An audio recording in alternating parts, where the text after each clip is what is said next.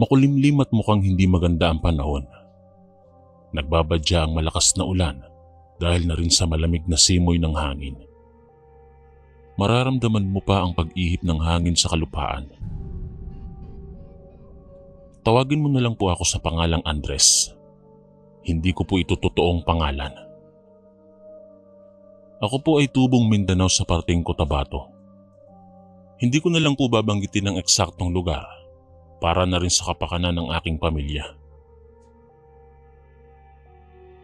Ang kwentong aking ibabahagi ay kwento ni Lolo na itatago ko na lamang sa pangalang Dionisio. Si Lolo Dionisio ay kapatid ng aking lola na itatago ko na lang sa pangalang Esmeralda. Ayon sa aking lola, nung panahon ng mga Kastila ay pinili ng aming angkan na mamalagi dito sa Mindanao. At nung panahong yon ay may kasintahan umano na naiwan ang lolo ko sa Visayas, na akin na lang pong papangalan ng Esther. Ayon kay lola, maganda umano si Esther.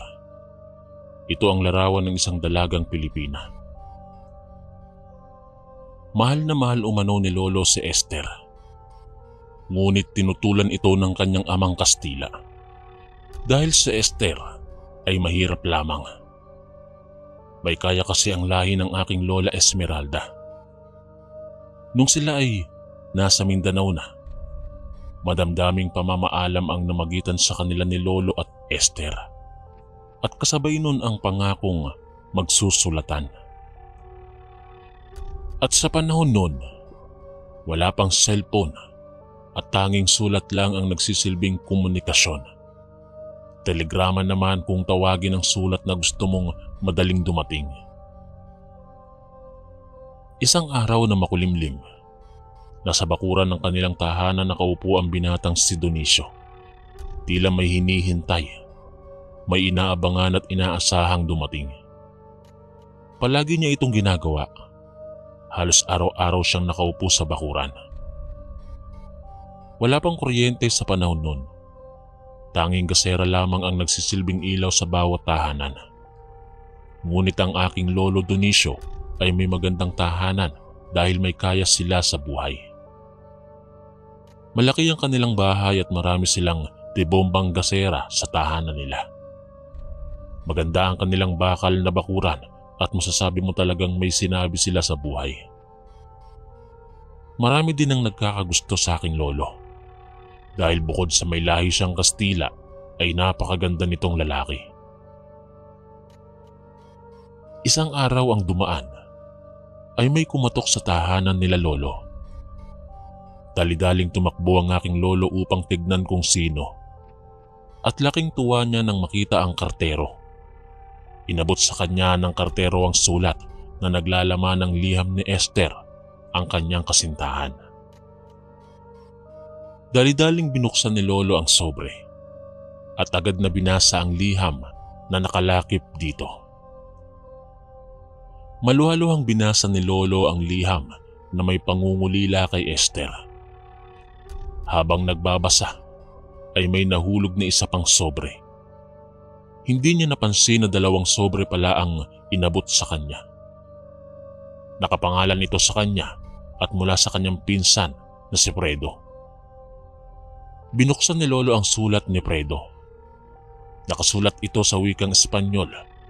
Noon kasi ay magaling magsalita ang mga tao ng Espanyol, kaya madali lang sa kanila mabasa ang ganong salita.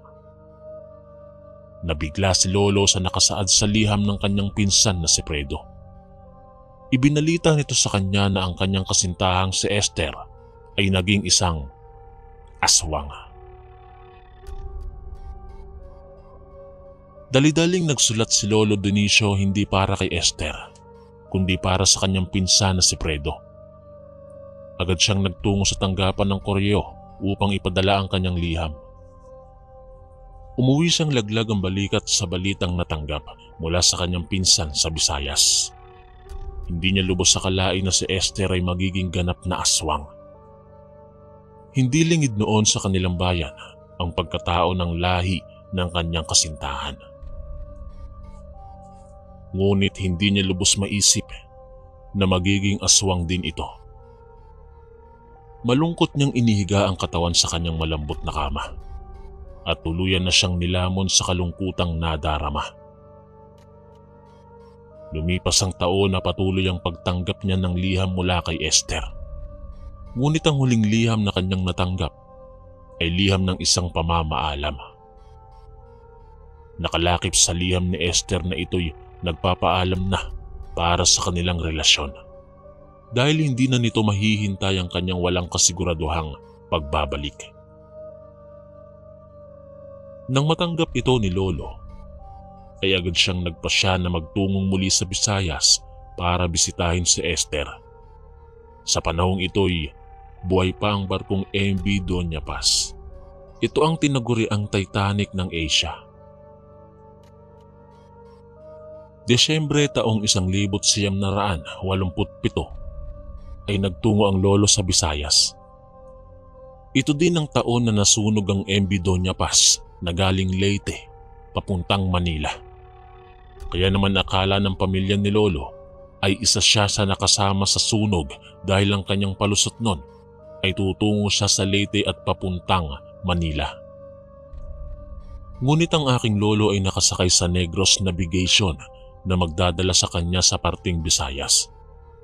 At sa panahon nun, napakabigat na pamasahe na ang 300 hanggang 650 piso. Ngunit madali lamang ito para sa kanya na anak ng mayamang pamilya. Ika-20 ng Disyembre taong 1987, ito rin ang araw na naaksidente ang barkong MV Doña Paz dahil bumangga sa barkong oil tanker na Victor na kumitil ng maraming buhay. Nakarating siya ng Visayas lula ng Negros Navigation at pagdating niya sa kanilang lugar ay si Fredo ang kanyang unang nilapitan. Nagulat si Fredo sa kanyang pagdating dahil akala rin nito na isa siya sa mga pasaherong nalunod. Agad niyang sinabi ang sadya, ngunit maagap siyang pinigilan ni Fredo sa balak na magtungo sa lugar ni Esther. Ayon sa pinsan, ay hindi na nakakakilala si Esther. Lumalala na ang pagiging aswang nito. Nagsimula ito nang siya'y lumipat sa Mindanao.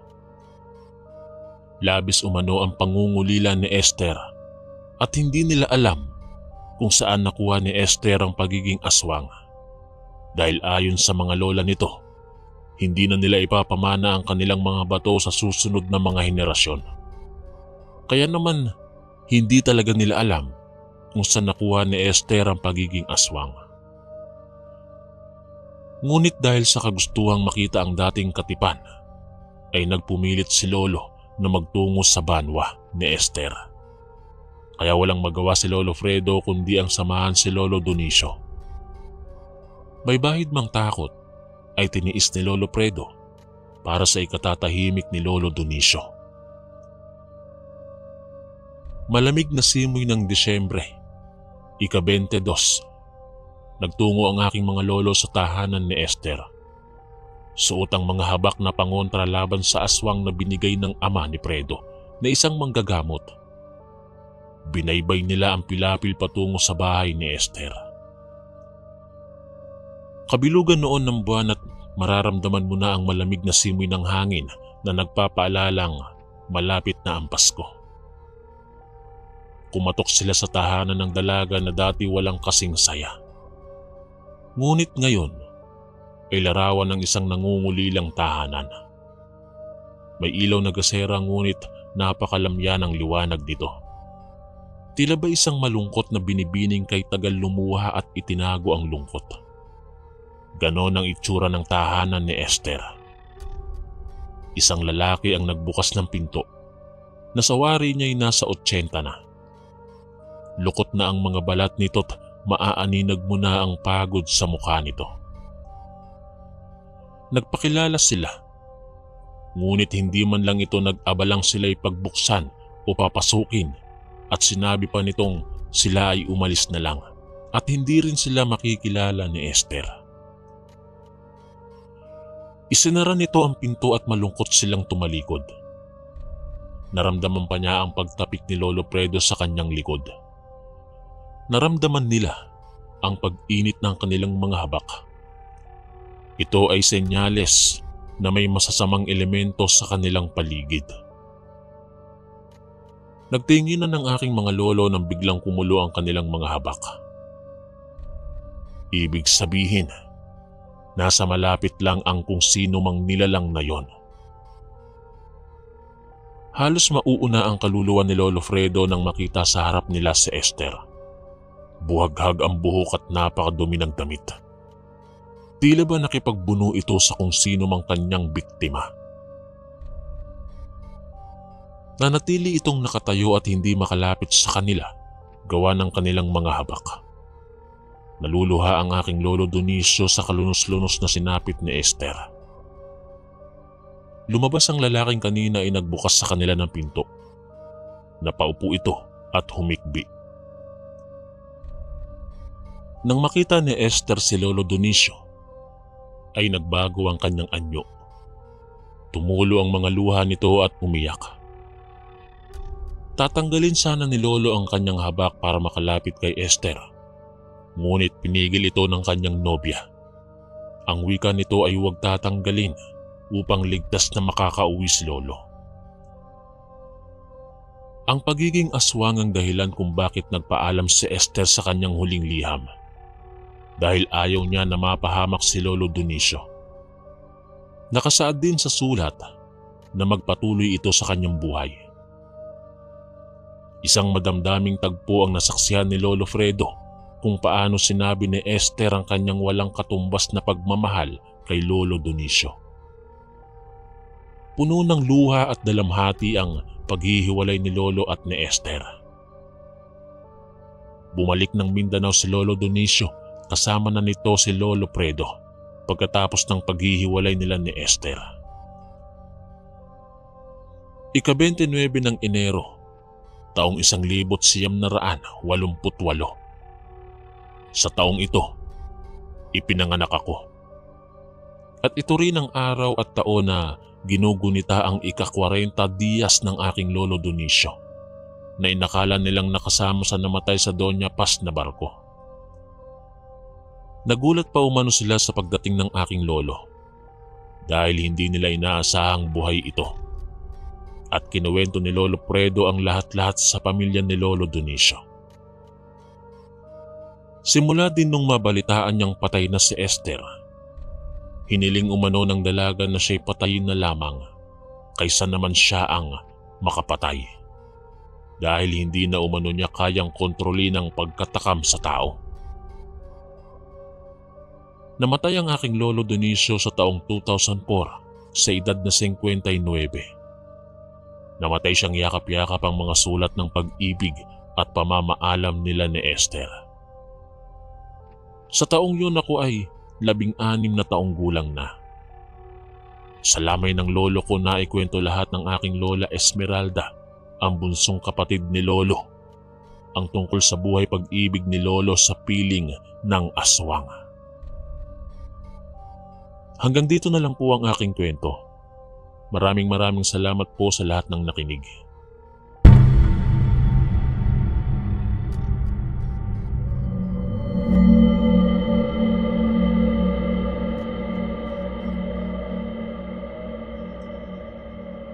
Magandang umaga po sa inyo, Kuya Chris, at sa lahat ng tagapakinig ng inyong programa. Ako po si Fidel, isa sa masugid ninyong taga-subaybay at naninirahan dito sa lalawigan ng Cebu. Hindi ko na lang po babanggitin ang eksaktong bayan namin upang maitago ko ang pagkakakilanlan ng mga taong naging sangkot sa pangyayaring ito. Taong 1975, binatilyo lang po ako noon. Nasa edad 14 nang magbakasyon kami sa bukid ng Karatig Bayan ng aming baryo. Dito pa rin sa lalawigan ng Cebu. Dumating po kasi ang isa naming kamag-anak na galing pa sa Maynila, kaya inimbitahan kami ng aming tiyahin na umakyat sa kanila sa bundok. Ang tawag po minsan ng mga taga Cebu sa bundok ay bukid o bukirin. Kahit na po malayo ang bukid, ay excited kami na dumayo doon dahil marami daw pasalubong ang aming pinsan na si Artemio. At ang balita pa ay magkakatay ng baka at baboy. Kaya halos buong pamilya namin ay umakyat sa bukid. Nang makarating kami doon, ay nagkakasiyahan na. Nagsidatingan na rin ng iba naming mga kamag-anak mula sa iba't ibang bayan. Sa dami ng mga pagkaing nakahain at sa dami ng mga bisita, ay nagmistulang piyesta na nga ang naging atmosfera sa paligid. Napakasaya po ng araw na iyon at nagsilbing reunion na rin naming lahat dahil bihira na naming makita ang iba naming mga kamag-anak dahil sa pagiging abala ng mga ito sa trabaho. Ang iba ay ng ibang bansa na at ang iba naman ay nagpunta na sa Maynila. Habang kumakain kami, ay lumapit ang aking tiyahin na si Tia Rosing, kasama ang anak niyang si Artemio. Mahabang kumustahan ang nangyari at tuwang-tuwa kami dahil maraming ang ibinigay na pasalubong sa amin ang aming pinsan na si Artemio. Uy, Manang Rosing, bakit hindi ko pa nakikita si Manong Rudy? Nasaan na siya? Ang tanong ni nanay kay Chang. Si Tio Rudy po ang asawa ni Tia Rosing. Nako, wag mo nang intindihin yon. Maya-maya lang ay uuwi na rin yon. Nandoon kasi sa sasakahan at tatapusin lang daw niya yung pag-aararo. May natirang aararuhin pero konti na lang daw. Alam mo naman niyang si Rudy. Nako, ayaw niyang nakatiwangwang ang lupa. Mahabang paliwanag ni Tia Rosing sa nanay ko. Ngunit ang kasiyahang iyon ay napalitan ng matinding kalungkutan sa aming buong angkan. Habang nagkakantahan at nagkakainan, ay may biglang dumating na dalawang kalalakihan sa bahay ni Tia Rosing. Habol ang hininga ng dalawang lalaki na hinahanap si Tia Rosing. At nang makaharap na ni Tia ang mga ito, ay halos panawan ng ulirat ang aking tiya at ang mga anak niya. Maging kami po ay nagulat sa ibinalita ng dalawang lalaki. Tinaga daw po si Tio Rudy doon mismo sa sakahan. Ayon po sa dalawang lalaki na saksi at nagpunta sa bahay ni Tia, ay nagalit daw po ang mag-ama na may-ari ng kabilang sakahan dahil lumampas po ng ilang metro ang dinaanan ng pag-aararo ng kalabaw ni Tio. Kaya po nagkasagutan ng aking tiyo at ang mag-ama na kapitbahay lang naman nila sa kabilang bukid. Nagpunta po kaming lahat sa sakahan at doon po ay nakita namin ang kalunos-lunos na nangyari kay Tio Rudy. Tadtad po siya ng taga sa iba't ibang bahagi ng kanyang katawan at halos hindi na namin siya makilala dahil naliligo na ito sa kanyang sariling dugo. Nabalot ng panaghoy at iyakan ng aming buong kamag-anakan ang sakahan kung saan naganap ang karumal-dumal na nangyari sa aking tiyuhin ng araw na yon. At ang masakit pa, Kuya Chris, nang suguri namin ang bahay ng mag-amang pumatay sa aking tiyuhin, ay nakatakas na po sila. Sa murang edad ko po ng mga panahong iyon, ay parang nagkaroon ako ng trauma sa mga nangyari. Lalo na at naaalala ko ang itsura ng aking tiyuhin na nakahandusay na ang katawan at wala ng buhay. Ang kasiyahan ng araw na iyon ay napalitan ng mga luha. Ni hindi man lang nagkita ng araw na iyon ang aking pinsan na si Artemio at ang kanyang tatay na si Tito Rudy bago man lang ito pumanaw. Lahat po ay natulala sa nangyari. Lahat ay halos walang nakapagsalita at pawang pag-iyak lang ang maririnig sa paligid, lalo na po ang pamilya ni Tito Rudy na punong-puno ng paghihinagpis. Inabot na kami ng madaling araw sa sakahan habang binabantayan ang bangkay ni Tito Rudy. Sinundo po kasi sa bayan ng mga pulis at ang punerarya na magdadala sa bangkay. Hindi daw po pwedeng galawin ang bangkay hanggat walang alagad ng batas na mag-iimbestiga dito. Habang naroon kami ay hindi ko alam kung namamalikmata lang ba ako, Kuya Chris, o sadyang may nakita talaga akong isang bilog na parang bolang apoy na paikot-ikot sa sakahan. Ngunit malayo po ang distansya sa amin. Natanaw ko lang po siya mula sa malayo.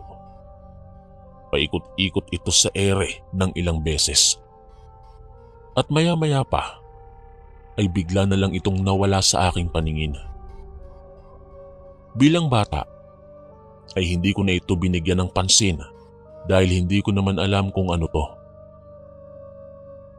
Nang dumating ang mga pulis ay nagkaroon na ng investigasyon sa bangkay ni Tio. At sa tagal ng investigasyon ay inabot na po ng pagsikat ng araw bago maibaba sa bayan ng bangkay ng aking tiyuhin. Bilang pakikiramay po sa aming tiyahin ay hindi na muna kami umuwi sa amin. Nanatili po kami sa bukid upang damayan sila. Maging ang iba pa naming kamag-anak ay ganoon din ang ginawa. Inasikaso ng mga nakatatanda ang gagawing paglalamay kapag inakyat na ang bangkay sa bukid sa bahay nila Tia Rosing. Alas 9 na ng gabi nang dumating po sa bukid ang kabaong ng aking tiyuhin. Naging abala ang lahat at nag-umpisa na namang mag-iyakan ang aming mga kamag-anak. Napakalungkot ng gabing yon, Kuya Chris. Ni sa hinagap ay hindi namin naisip na ganoon ang mangyayari. Para bang napakabilis na nangyari ang lahat. Marahil sa sobrang pagkaabala at sa sobrang pagkabigla, nakalimutan ng maisilong sa puno ng duhat ang kalabaw ni Tito Rudy. Naalala lang ito ng aking tiyahin nang hindi niya matanaw ang kanilang kalabaw sa puno ng duhat ng gabing yon. Tinawag ni Tita Rosing ang anak niyang si Artemio, ang dalawa ko pang pinsan na pawang mga binata na rin. Inutusan sila na kunin ang kanilang kalabaw na naiwan sa sakahan. Ewan ko ba kung ano ang pumasok sa aking isip at nagpresenta na rin ako na sumama sa sakahan ng gabing yon. Muntikan pa akong hindi payagan nila nanay at tatay dahil baka daw nasa paligid pa ang mga pumatay kay Tito Rudy at mapahamak pa ako. Ngunit nang magpresenta ang dalawa ko pang tiyuhin na samahan kami, ay pinayagan na rin ako na sumama na sa kanila papunta sa sakahan. Habang binabaybay po namin ang daan papunta sa sakahan, ay nakaramdam ako ng pagsisisi kung bakit pa ako sumama. Iba pala ang maglakad sa bukid kapag gabi na. Nakakatakot po dahil nung magpunta kami sa sakahan, nang mabalitaan namin ang nangyari, ay hapon pa at maliwanag ang daan. At nakabalik po kami sa bahay ni Tia Rosing ay mag-uumaga na, kaya nanibago ako. Napakadilim po ng paligid kahit na may dala kaming mga sulo na siyang tumatanglaw sa amin sa daan. Tanging mga kuliglig at mga tunog ng mga panggabing ibon ang aming naririnig na nagpapadagdag sa aking takot. Madawag ang daan papuntang sakahan sa kabilang bundok, kaya kinakailangan pang tagpasin ng aking mga pinsan ng mga sangang nakahambalang sa aming daraanan upang hindi kami masugatan. Matapos ang mahabang lakaran, ay nakarating na rin kami sa sakahan. Mabuti na lang po at hindi nawala ang kalabaw ni Tito Rudy, kaya dali-dali naming itong tinakbo upang makuha ito. Nang malapit na kami sa mismong lugar kung saan nakita naming nakahandusay si Tito Rudy, ay bigla pong may nagliwanag sa gawing iyon. Nakakasilaw at maya-maya pa ay umangat ito sa ere. Kitang-kita po namin na ang liwanag ay naging isang bolang apoy. Palibasa po ay laking bukid ang aking mga pinsan, ay alam na kaagad nila kung ano ang aming nakita ng gabing yon. "San Telmo, umatras kayo!" Ang sigaw ng aking pinsan na si Artemio. Nabigla naman ako sa mga pangyayari at nagulat nang bigla akong hinatak ng isa kong pinsan na si Danilo upang tumakbo, kaya naman ay napatakbo na rin ako. Habang tumatakbo ay naguguluhan talaga ako kung bakit kailangan naming iwasan ang San Telmo. At hindi pa doon natapos ang aking kuryosidad sa San Telmo. Habang tumatakbo kami, ay nilingon ko ang humahabol sa aming bolang apoy. Sa kakalingon ko ay nadapa po ako. Kaya inis na inis ang pinsan kong si Danilo na binalikan ako at itinayo. Ang iba kong mga pinsan ay nauna na sa amin na nakatakbo. "Nariyan ang santel mo, Fidel! Dumapa ka!" Ang sigaw ni Danilo habang itinulak ang aking ulo sa damuhan. Sa akin pong pagkabigla ay hindi kaagad ako nakayuko. Kaya kitang-kita ko ang pagdaan ng bolang apoy sa aming uluhan. At nagulat ako dahil nang makita ako ng malapitan ng bolang apoy ay may muka itong bungo. Nakakatakot po ang itsura nito dahil parang nagbabaga ang mga mata ng bungo. Hindi ko po alam kung bakit nilampasan kami ng bolang apoy at tuloy-tuloy itong tumama sa puno ng akasya na nasa di kalayuan. Pagkatama ng bolang apoy sa puno ng akasya ay mas lalo kaming nagulat ni Danilo. Nagkorteng bulto ng isang tao ang bolang apoy at unti-unti na itong nalusaw hanggang sa naging usok na lamang. Ilang minuto rin kaming hindi tumayo sa damuhan na aming pinagtataguan. Natatakot kami na baka muling lumitaw ang bolang apoy at habulin na naman kami. Kaya nakiramdam muna kami ng ilang minuto. Nang masiguro namin na wala na ito, ay tumayo na kami sa aming pinagtataguan. Tatakbo na sana ako ngunit pinigilan ako ni Danilo. Bagkus ay hinila niya ako papunta sa puno ng akasya kung saan tumama ang bolang apoy. "Teka lang, insan. Anong gagawin natin dyan?" Ang naiinis kong tanong kay Danilo dahil sa halip na umalis na kami ay balak pa yatang puntahan ng puno ng akasya. "Huwag kang maingay. Tingnan lang natin kung mayroong mutya ng santel mo na naiwan doon. Dito bumagsak eh. Kaya baka sakaling makita natin." Ang sabi ni Danilo na bigla na lang akong iniwan at tumakbo papunta sa puno ng akasya. Wala naman sa loob na sumunod ako dahil napakadilim ng paligid at ayokong umalis na mag-isa dahil hindi ko alam ang daan pabalik sa bahay ni Tia Rosing. Ni hindi ko na nga matanaw dahil sa sobrang dilim ng paligid kung nasaan sina Artemio at ang dalawa ko pang tiyuhin na nauna nang kumaripas ng takbo pa uwi. Nabitiwan po kasi namin ni Danilo ang dala naming mga sulo nung nagtakbuhan na kami. At mukha nga po na hindi nagkamali si Danilo dahil noong papalapit na kami sa puno ng akasya ay mayroong isang maliit na tila apoy na nagliliwanag sa damuhan na malapit sa puno. Nang lapitan namin ito ay mas lalo pa itong nagliwanag na para bang humihinga dahil patay sindi ito kagaya ng isang Christmas light. Halos lumundag sa tuwa si Danilo nang makita ang nagliliwanag na bagay sa lupa na kasing laki lang ng isang buto ng langka. "Fidel, ito na nga oh. Ang mutya ng santel mo na sinasabi ko." Ang sambit ni Danilo sabay dampot sa nagliliwanag na bagay. Ngunit nang damputin niya ito, ay bigla niya itong nabitiwan dahil mainit daw. Kaya ang ginawa ni Danilo ay kumuha siya ng ilang piraso ng mga dahon ng akasya at doon niya ibinalot ang nagliliwanag na bagay.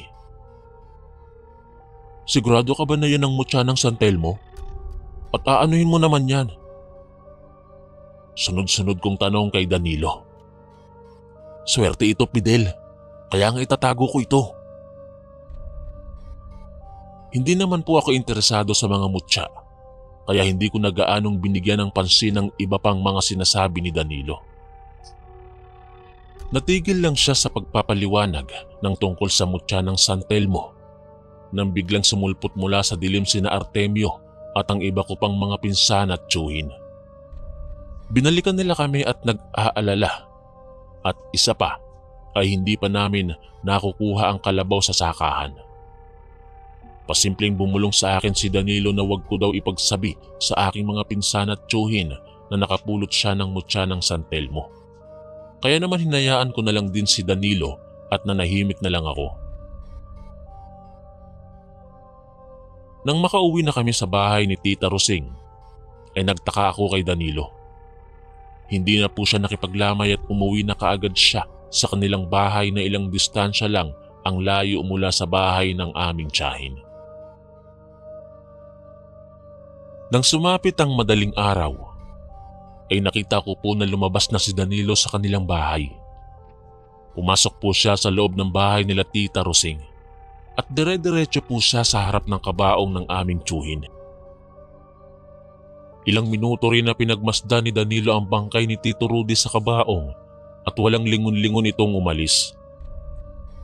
Ni hindi man lang siya nagpaalam sa kahit sino sa amin. Natanawan ko na lang siya na nagmamadaling umalis, dala ang isang sulo at dumaan sa sagingan sa likod ng bahay. Ipinagkibit balikat ko na lang po yun. Inisip ko na lang na marahil ay may lakad lang po si Danilo kaya umalis ng napakaaga. Sa sobrang puyat ko po sa paglalamay, ay hindi ko na namalayan na nakatulog na pala ako sa labas ng bahay. Nagising na lang ako dahil tumatama na sa akin ang matinding sikat ng araw mula sa silangan. Nakita ko rin ang iba pa naming mga kamag-anak na nakatulog na rin sa mga bangko sa labas ng bahay. Ang iba naman po ay gising na at nagkakape at kumakain ng sopas. Lumabas po si nanay mula sa loob ng bahay at may daladala na itong mainit na kape at tinapay. Kasunod po ang aking tatay na may dala namang mainit na sopas para sa akin. Habang kumakain ay lumapit po sa amin ang nanay ni Danilo. Nagtanong siya sa akin kung nagpaalam sa akin si Danilo kung saan ito pupunta. Wala po akong maisagot dahil hindi naman nagpaalam sa akin si Danilo nung umalis ito ng madaling araw. Halata ang pag-aalala sa mukha ng nanay ni Danilo. Paikot-ikot ito sa iba pa naming mga kamag-anak na kapitbahay lang din nila at ipinagtanong nito si Danilo. Halos malibot na nito ang aming buong kamag-anakan doon sa bundok ay walang makapagsabi kung saan nagpunta si Danilo. Kinagabihan ay may natanaw kaming isang tao sa kabilang bundok na naglalakad. Hindi po dapat namin mapapansin ng taong ito dahil nilamon na ng kadiliman ng buong kabundukan. Ngunit nakita namin siya dahil mula sa kanyang likuran ay may nakasunod na liwanag na korteng bilog kaya inisip namin na may kasama ito na siyang nagdadala ng sulo. Ngunit nang papalapit na sa amin ang taong ito ay nakita ng lahat na ang liwanag na nakasunod sa kanya ay isang San Telmo. Hindi po sulo ang liwanag na iyon, kundi San Telmo raw po. At ang taong paparating ay walang iba kundi si Danilo. Nang salubungin ng nanay niya si Danilo, ay siya rin namang paglipad ng San Telmo pa itaas at mabilis itong bumulusok patungo sa kabilang bundok. At hindi na namin ito natanaw pa. Labis ang naging pag-aalala nilang lahat kay Danilo. Hindi nila ito tinigilan sa katatanong kung saan ito nagpunta. Ngunit wala pong sagot si Danilo sa lahat ng kanilang katanungan. Tulala lang po siya at panay ang pag-iling sa tuwing siya ay tatanungin. Inuwi na lamang po ng kanyang nanay si Danilo sa kanilang bahay dahil labis na itong nag-aalala sa ikinikilos ng kanyang anak. Maging kami po ay biglang nanibago kay Danilo. Napaisip po ako ng mga oras na yun, Kuya Chris. Lalo na at naging usap-usapan sa lamay na ang San Telmo daw po ay isang kaluluwa ng taong hindi matahimik. Masyado akong naguluhan ng mga panahong yun.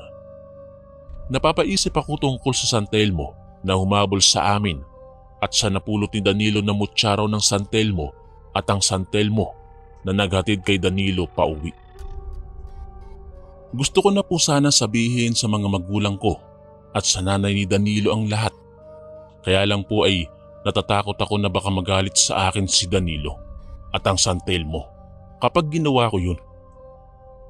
Palibhasa ay bata pa ako noon, kaya wala akong maisip na solusyon sa lahat ng aking mga iniisip ng mga panahong yun.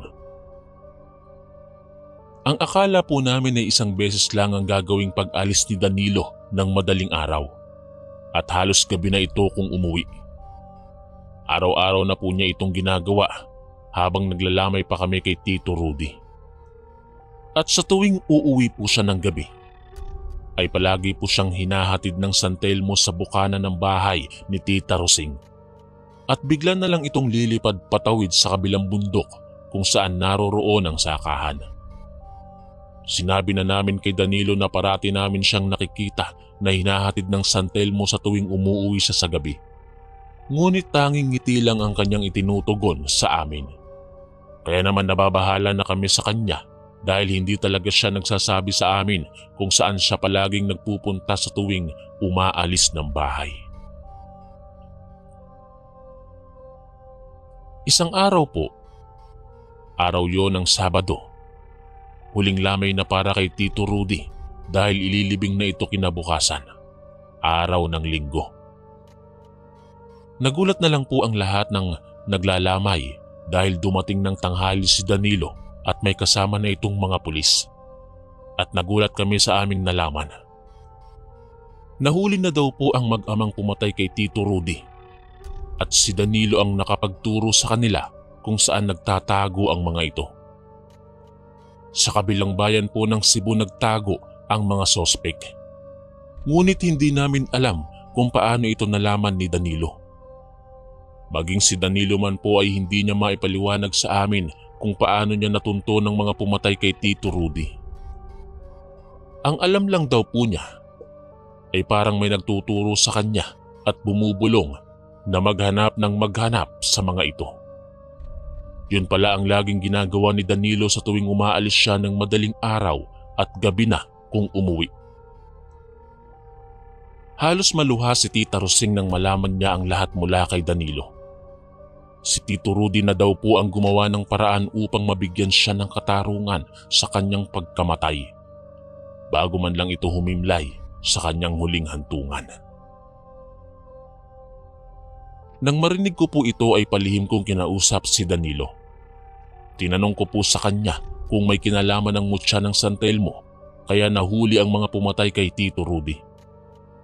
Tanging pagtango at ngiti lang ang isinagot sa akin ni Danilo kaya nagkaroon na ako ng interes magmula noon sa mutya ng San Telmo na nakuha ni Danilo. Ang mutya ng San Telmo ang tumulong sa kanya upang makamit ang katarungan na para kay Tito Rudy. Ilang taon din po ang lumipas at nabalitaan namin na nahatulan na ang mag-ama na pumatay kay Tito Rudy at inilipat na ang mga ito sa pambansang piitan sa munting lupa. Magpahanggang sa ngayon, dahil sa pangyayaring yun Kuya Chris, ay talagang namangha ako at hindi talaga makapaniwala na dahilan sa mutya ng San Telmo ay nalutas ang krimeng nangyari kay Tito Rudy. Ngunit dumaan ang ilang panahon ay hindi na namin muling nakita pa ang San Telmo. Dahil matapos ang pangyayaring iyon ay bumalik na sa dating katinuan itong si Danilo. Ngunit nasa kanya pa rin ang mutya ng San Telmo.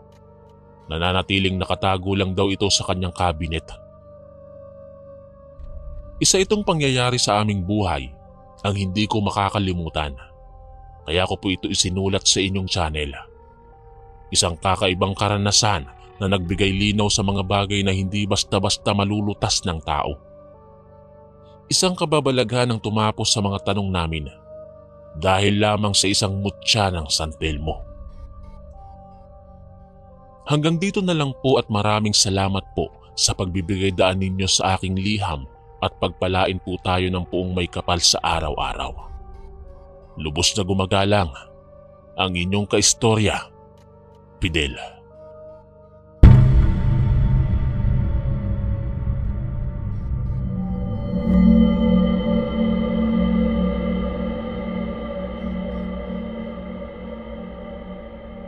Magandang araw sa inyong lahat. Ako po si Otoy. Nais ko lang sanang magkwento sa inyo patungkol sa nangyari sa aking Lola Pia. Noong mga panahong yun kasi, ay nasa edad na 80 anyos na siya.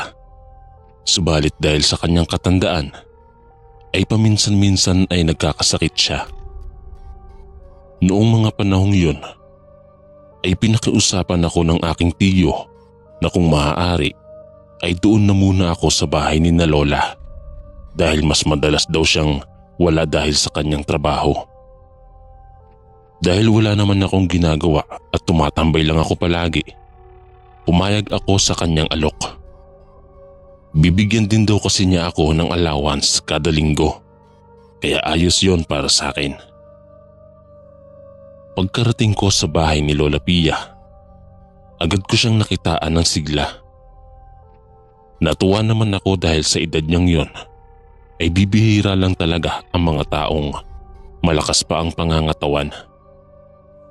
Dahil ilang araw na mawawala ang aking tiyuhin noon, ako na ang nagsilbing alalay at tagabantay niya. Naging maayos naman ang mga unang linggo ko doon, subalit mayroon akong napansin noon. Habang patagal ng patagal, ay unti-unting nanghihina si Lola.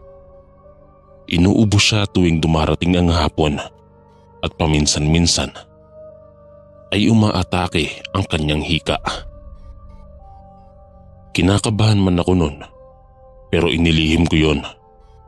Naisip kong kailangan kong maging kalmado sa mga panahong yon dahil ako ang inaasahan ni na tiyo at maging ni nanay sa pag-aalaga kay Lola Pia. Habang tumatagal ako sa bahay ng aking lola, unti-unti ko ring nalaman kung ano ang dahilan kung bakit siya nagkakasakit. Madalas kasi noon na may mga huni ng tiktik sa paligid. Kaya naisip kong baka inaaswang si Lola. Dahil doon, tinanong ko si Lola kung may napansin din ba siyang kakaiba sa paligid dati. Umiling lang siya sa akin at sinabi niya yung unang beses na dinalaw siya ng aswang. "Huwag ka pong dumura sa labas ng bahay, Lola. Baka yun din kasi ang rason kung bakit dinadalaw ka ng aswang."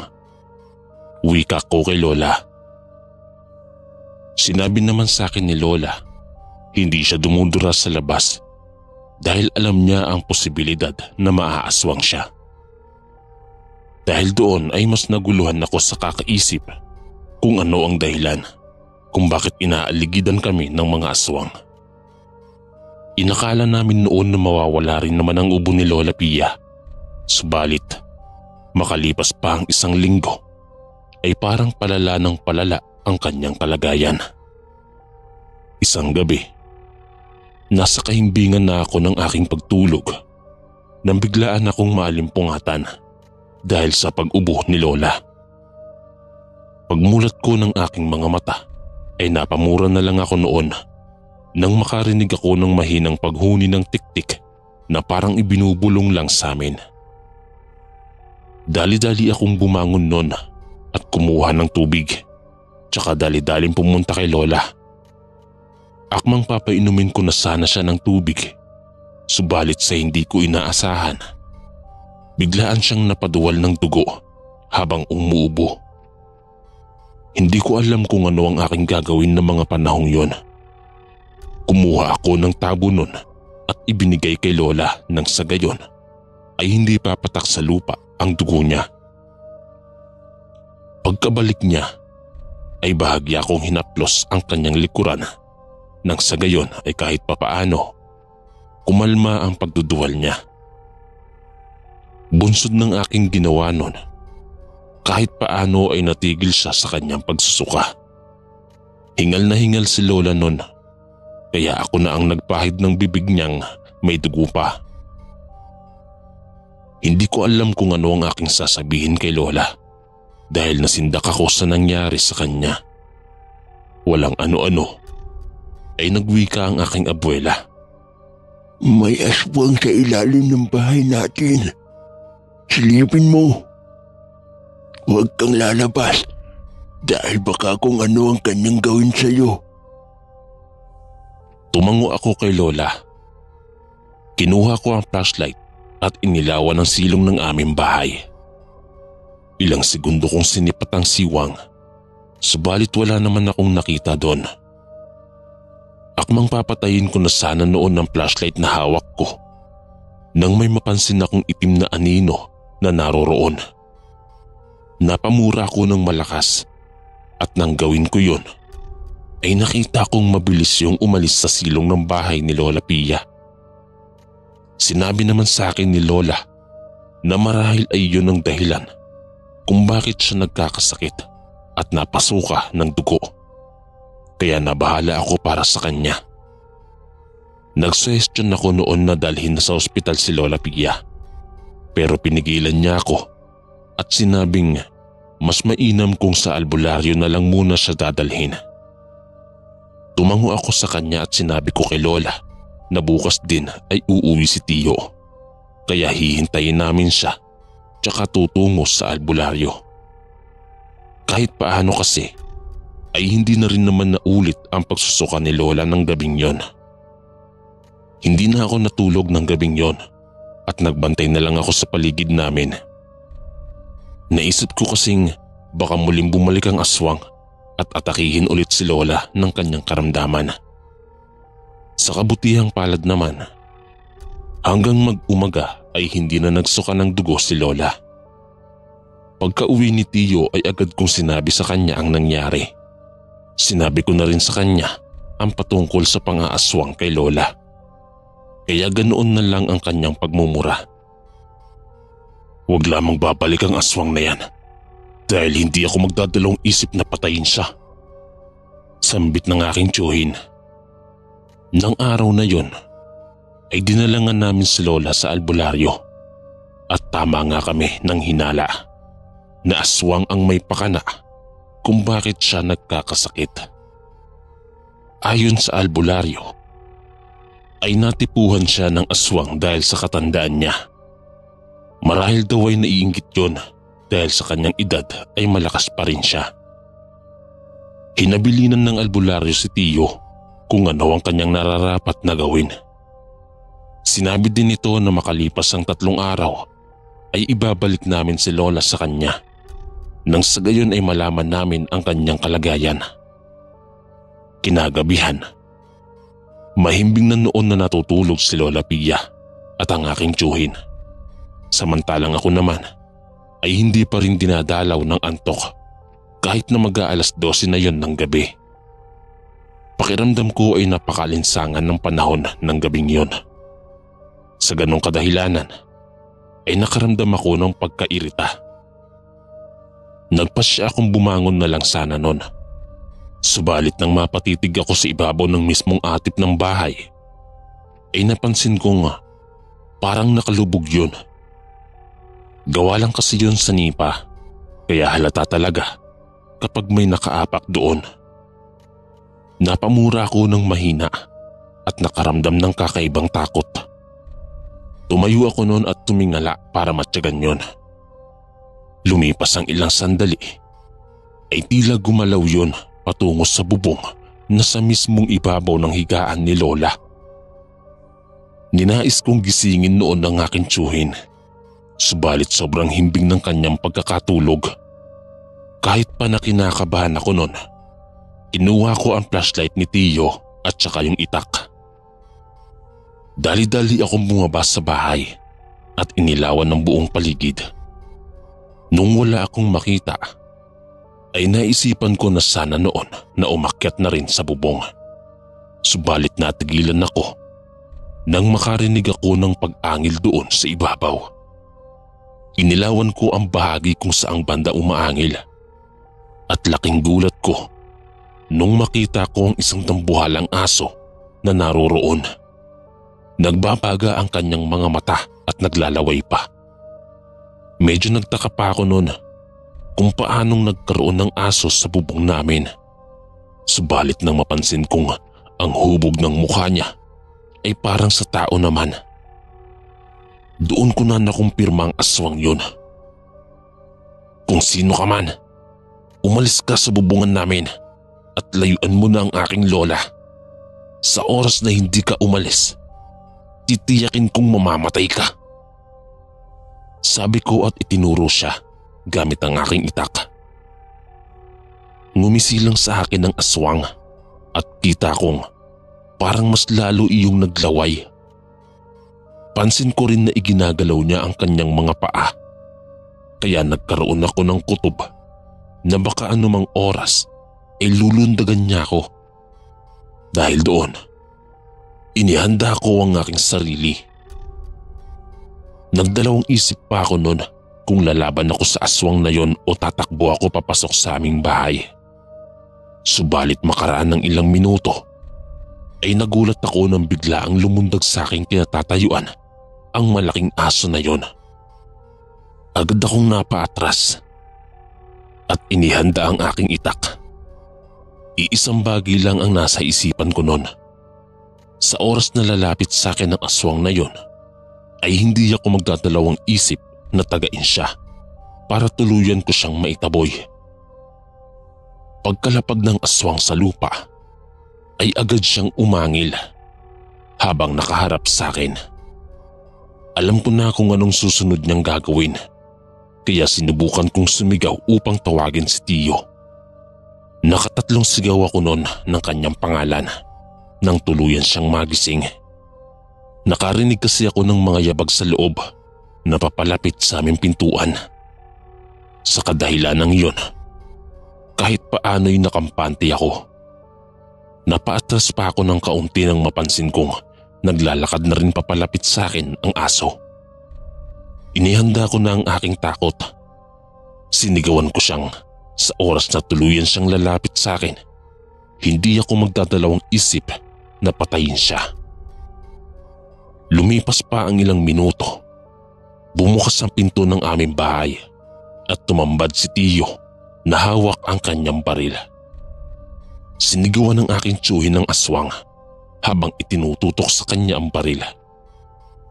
Dahil doon, ay naglakad ako papalapit sa pintuan namin at sinabi ko kay Tiyo na kanina pa naroroon ang nilalang. Isinaad ko rin sa kanya na marahil ay yun ang dahilan ng pagkakasakit ni Lola. Bunsod nun, humakbang si Tiyo ng papalapit sa nilalang habang itinututok pa rin ang baril niya rito. Nang makalapit na nga ang aking tiyuhin sa aso, ay narinig kong umangil yon. Pansin ko din na mas naglaway pa ang aswang at mabalasik na tumitig kay Tiyo. Subalit kahit na ganon, ay kampante ako na walang mangyayari sa kanya. May hawak siyang baril at anumang oras ay pwede niyang iputok yun sa nilalang. Sa isang pagkisap ng aking mga mata, nakita kong mabilis na umatake ang aswang na yun kay Tito. Subalit naging mabilis din ang galaw ng aking tiyuhin, kaya hindi nagtagumpay ang nilalang sa kung anumang balak niya. Dahil sa ginawang yun ng aswang, ay nagalit ang aking tiyuhin. Mabilis niyang pinaputukan ng aswang at natamaan yun sa bandang tagiliran. Napaungo lang nilalang at halatang nasaktan sa ginawa ng aking tiyuhin. Subalit sa halip na sumuko, parang mas naging agresibo pa yon. Bumangon siya at agad na sinugod ulit si Tiyo, dahilan para mabuwal silang dalawa sa lupa. Nabitiwan ng aking tiyuhin ng kanyang baril. Walang pagdadalawang isip akong lumapit sa kung saan yun tumilapon. Kinuha ko yun at agad na itinutok sa nilalang. Sinabihan ko si Tiyo na ihahanda ko na lamang ang baril at sa oras na makaalis siya sa ganoong posisyon ay hindi ako magdadalawang isip na paputukan ng aswang. Pilit namang nagpumiglas ang aking tiyuhin mula sa pagkakasakal ng nilalang na umibabaw sa kanya. Makalipas ang ilang minuto, sa kabutihang palad, ay nagawa niya ang makaalis mula sa ilalim ng nilalang.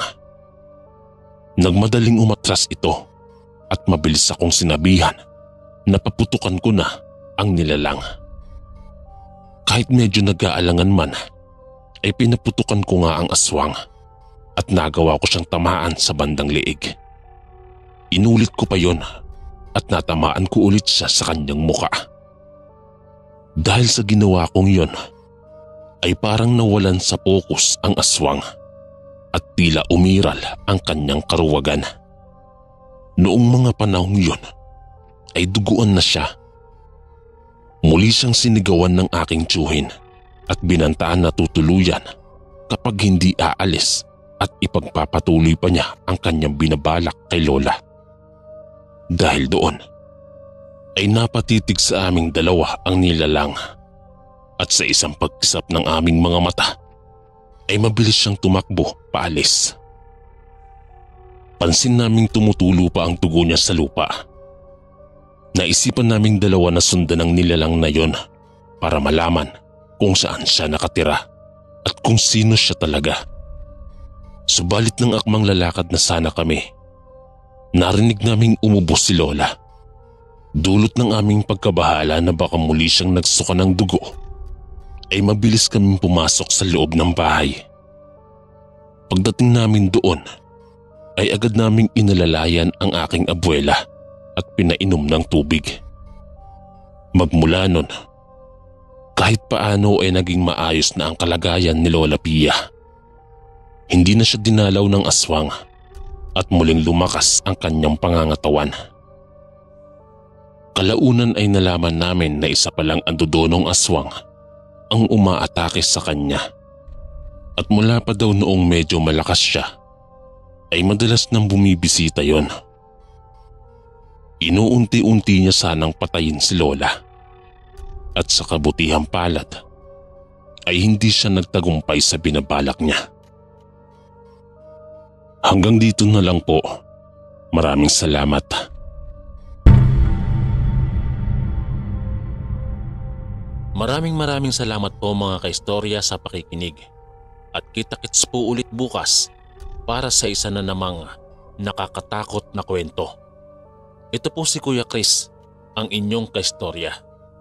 God bless po at ingat po lagi.